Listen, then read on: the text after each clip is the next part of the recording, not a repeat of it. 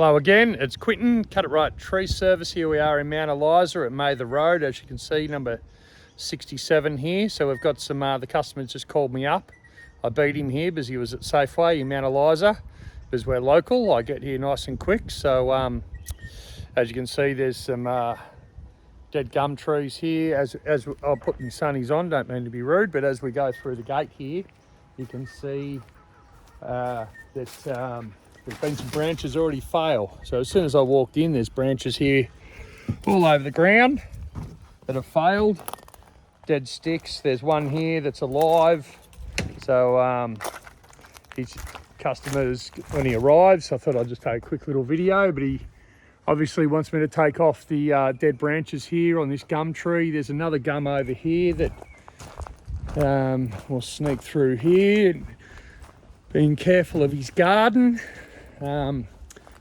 This dead tree here, okay, that may require a permit. I've got to work that out. So I've got to work out where his front boundary fence is, and if his front boundary fence, if that's within a certain meterage, we can remove that tree without a permit. I think it may need a permit because it's outside 4 meters of the boundary fence. So this gate isn't his boundary fence. His boundary fence is over there, which would even up with the neighbour's boundary fence. So if that's outside 4 meters of the boundary, we'll need a permit to remove that tree because council class dead trees as habitat for the animals. I am able, as a qualified arborist, only a qualified arborist I can take maybe the first quarter, maybe half of that tree down, and I can deem it to be unsafe. As you can see, actually, there's a branch snapped up in the top of that tree, right up the top there,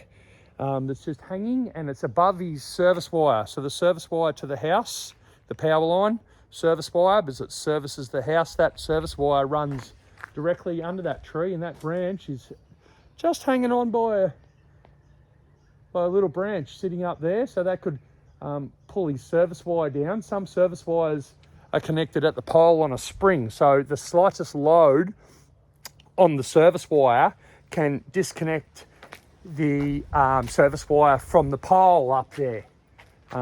So the power company are changing their system, and instead of having the old hook system, they've got a spring system. So the hook system, if that tree fell over, it would probably rip off the fascia and pull the box off the house, and therefore we would have live power on the ground. The power would run across the road there, cars would be running over it. So what they're doing, they're designing a new system, the power company, and they're putting a spring system on the power line, which then if this tree fell over and went across, it wouldn't rip the fascia off the house, it wouldn't do damage there, it would drop at the pole, and then that power line would lay across the road, but it wouldn't be live power. So in all that, I should and would be able to cut that tree halfway down, maybe a quarter, leave it for habitat, because it is dangerous the way it is with that branch hanging up there.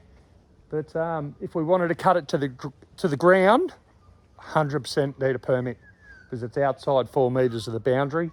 That 4 meters depends on when the fence was built. Is there a fence inside that hedge? If there's no fence, well then the bushfire zone exemption doesn't exist. But because this is classed as bushfire, any tree within 1 metre of a boundary fence that's built before September 09, we can remove 1 metre either side of the boundary fence. We can remove 4 metres if there's vegetation on the other side of the fence, which there is vegetation on the other side of the fence. You can clearly see there is a gum tree there of the council gum tree. So then we should be able to remove, depending on how far that gum tree is away on the other side of the fence, depends on whether, so there's a lot of regulations with the council and what we're allowed to do. So yeah, give us a call, I can pop around. I know all Mornington and Frankston Council regulations. I know all their weed species. Frankston, Mornington Council have different weed species on their list. Not just weed species, they have to be noxious weeds, not just a weed. They have to be noxious weeds. So yeah, if you've got any questions, give me a call and I'm happy to come around.